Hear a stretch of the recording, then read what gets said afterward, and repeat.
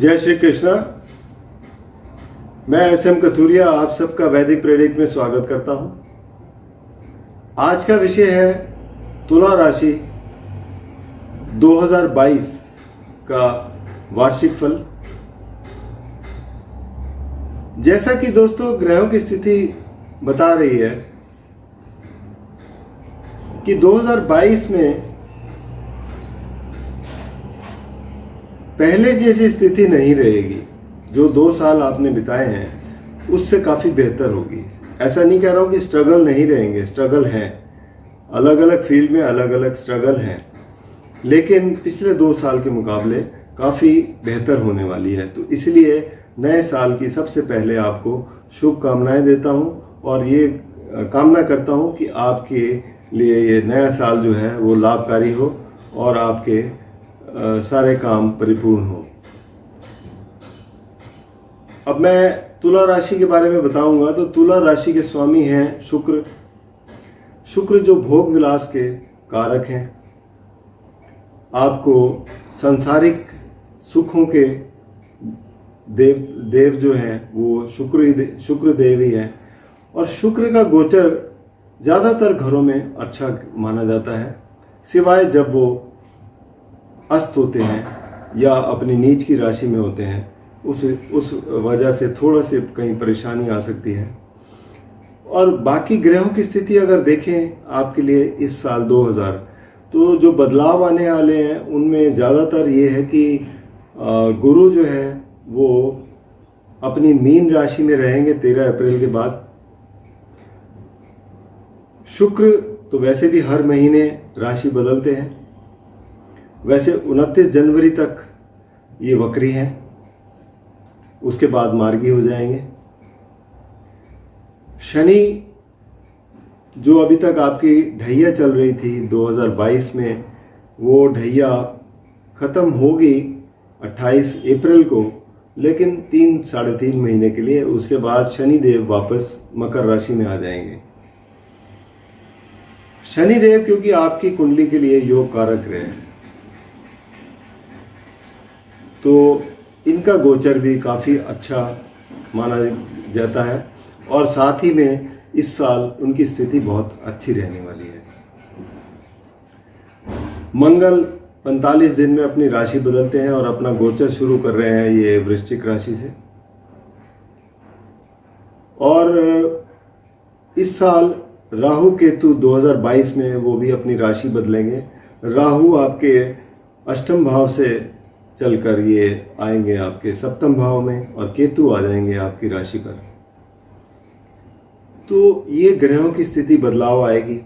तो उसको देखते हुए मैं आपको जो अलग अलग भागों में बांटा है इस साल का राशिफल, जैसे पहले स्वास्थ्य के बारे में बताऊंगा, फिर आर्थिक स्थिति यानी फाइनेंस, फिर कैरियर यानी आपका व्यवसाय या नौकरी, फिर उसके बाद शिक्षा का क्षेत्र और फिर अंत में आपका रिलेशनशिप। तो सबसे पहले हेल्थ के बारे में शुरू करेंगे। शुक्र की स्थिति पहला 1 महीना जो है वो आपके लिए वक्री है। तो वक्री ग्रह स्वास्थ्य में थोड़ी सी दिक्कत लाते हैं, हालांकि पावरफुल होते हैं, लेकिन फिर भी धनु राशि में वक्री हैं, अपने मित्र राशि नहीं है ये उनकी। तो थोड़ा पहले महीने थोड़ा सा आपको ध्यान रखना पड़ेगा। बाकी सारा साल ये आपके लिए अच्छे ही हैं, सिवाय इसके जब ये कन्या राशि में आएंगे आगे चलकर, उसमें अभी टाइम है, तो तकरीबन जून जुलाई में, तब थोड़ी परेशानी आएगी। क्योंकि कन्या राशि में आते हैं तब ये आपके लिए कुछ स्थितियां ऐसी पैदा करते हैं कि आपको कहीं ना कहीं रिश्तों में, आपके धन में और आपके जितने भी कार्य हैं, स्वास्थ्य वगैरह है, क्योंकि लग्न के राशि के स्वामी हैं, तो वहाँ पर आपको दिक्कत देते हैं।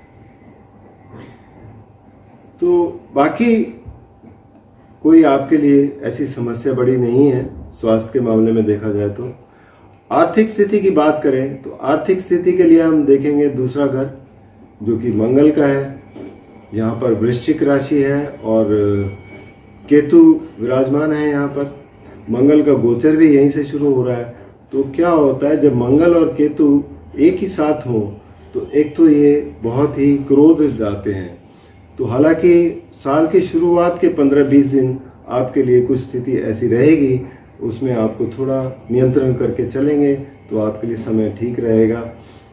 उसके बाद मंगल जो है वो तीसरे घर में चले जाएंगे तो केतु रहेंगे। फिर भी केतु और जब दूसरे घर में रहते हैं तो यहाँ पर आपको अपनी वाणी पर ध्यान देना होता है, ताकि आप किसी से जब वाणी में आप बात करते हैं तो उससे विनम्र हो के बात करें, ताकि आपके रिश्ते ख़राब ना हो। रिश्ते ख़राब होते हैं तो आपकी ज़रूरी बात है, आपकी फाइनेंशियल कंडीशन पे भी असर आता है। तो ये सब चीज़ें इंटरलिंक्ड होती हैं। तो दूसरा घर ये हो गया। उसके बाद आय का भाव हो गया, वो आपके लिए है सूर्य की राशि है। सूर्य का गोचर वो भी धनु राशि से शुरू हो रहा है, जो कि आपका तीसरा घर है। तीसरे घर में सूर्य अच्छे परिणाम देते हैं, क्योंकि क्रूर ग्रह जितने भी हैं वो तीसरे, छठे, 10वें और 11वें घर में बहुत अच्छे रहते हैं। तो आप आगे बढ़ के काम करेंगे, कोई दिक्कत आपके नहीं आने वाली है। अब आर्थिक स्थिति के हिसाब से देखें ओवरऑल तो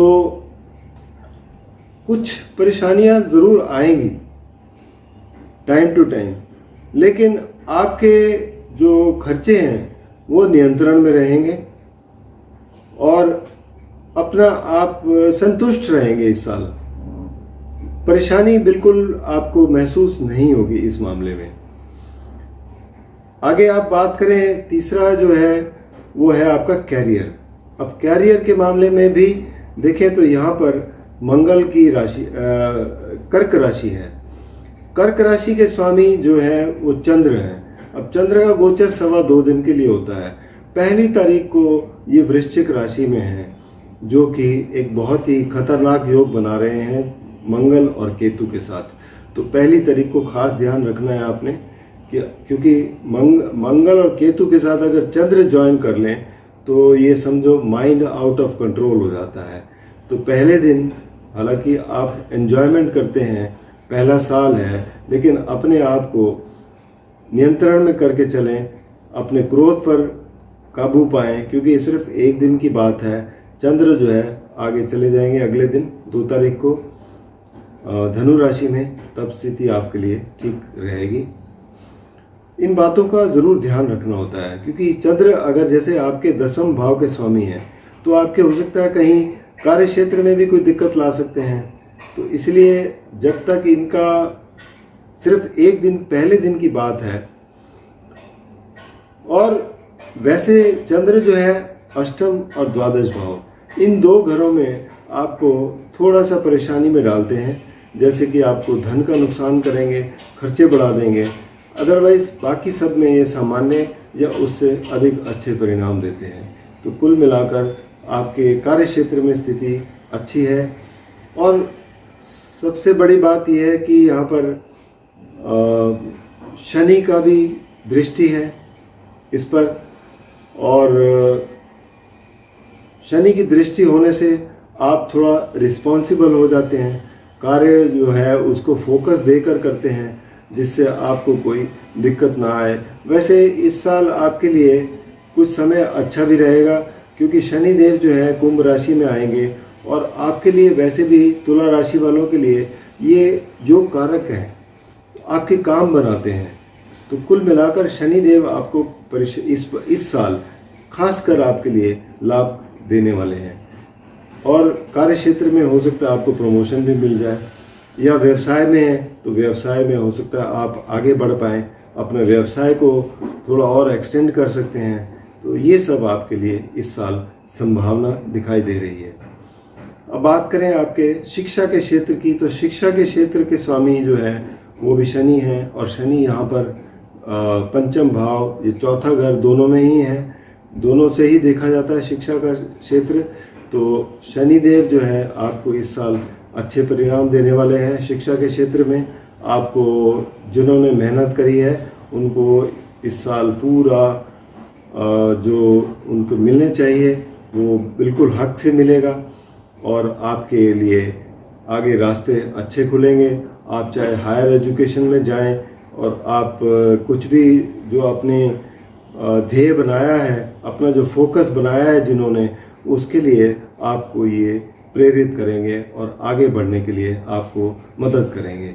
तो यहाँ पर शिक्षा के क्षेत्र में जितने भी लोग हैं, चाहे अध्यापक जो हैं उनके लिए भी, जो जुड़े हुए हैं शिक्षा के क्षेत्र से, उनके लिए भी बड़ा अच्छा समय है, क्योंकि शनि की स्थिति इस साल काफ़ी अच्छी दिखाई दे रही है। तो आपको बिल्कुल भी परेशान होने की ज़रूरत नहीं है। आप आगे बढ़ के काम करिए और आपको लाभ मिलता नज़र आ रहा है। इसके बाद बात करेंगे हम आपके रिलेशनशिप की। अब रिलेशनशिप के लिए देखें तो यहाँ पर मंगल हैं जो कि सप्तम भाव के स्वामी हैं। मंगल सप्तम और दूसरे भाव यानी कि मारक ग्रह भी हैं, और मंगल का गोचर शुरू हो रहा है केतु के साथ। तो 15-20 दिन, जैसे मैंने कहा, यहाँ आपको खास रिलेशनशिप में, चाहे आप पति पत्नी के हों, व्यवसाय में हों, पार्टनरशिप में हों, ये ध्यान रखिए, क्योंकि बहुत ही विस्फोटक स्थिति है पहले 15-20 दिन। इसमें आपको खास ध्यान रखना है, और आप इस बात को अगर ध्यान रख के चलेंगे तो आपके लिए नुकसान की स्थिति नहीं बनेगी और समय जो है सामान्य सा बीत जाएगा। इसके बाद एक बार फिर से ऐसी स्थिति एक बार बनेगी जो कि आएगी जुलाई अगस्त में, जब मंगल जो है वो राहु के साथ होंगे आपके सप्तम भाव में। तब भी यहाँ पर कुछ ऐसे ही, क्योंकि अहंकारक योग बनाएंगे, क्रोध दिलाते हैं ज़्यादा, क्योंकि जब भी ये राहु या केतु के युति में आते हैं तो आपके लिए स्थितियाँ काफ़ी ऐसी बना देते हैं कि आप काफ़ी उसमें नकारात्मक नतीजे आते हैं। तो इन दो स्थितियों को आप ध्यान में नज़र रखते हुए आगे बढ़ेंगे तो आपके लिए सामान्य समय रहेगा।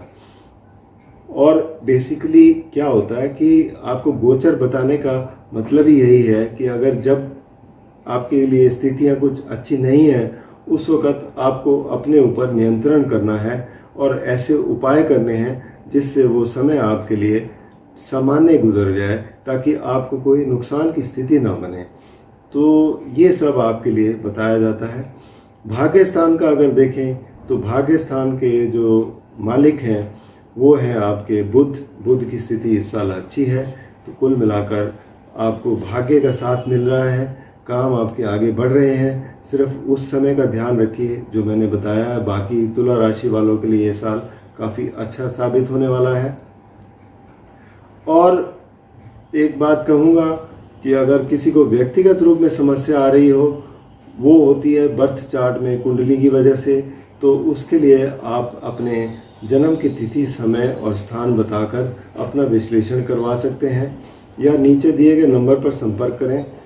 और इसके अलावा तुला राशि वालों के लिए जो उपाय है वो है कि आप माँ दुर्गा की आराधना करें।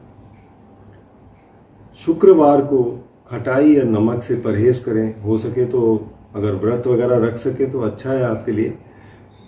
और सफ़ेद चीज़ों का दान करना, सफ़ेद कपड़े का दान करना, ये भी आपके लिए काफ़ी लाभकारी रहता है, खासकर शुक्रवार को।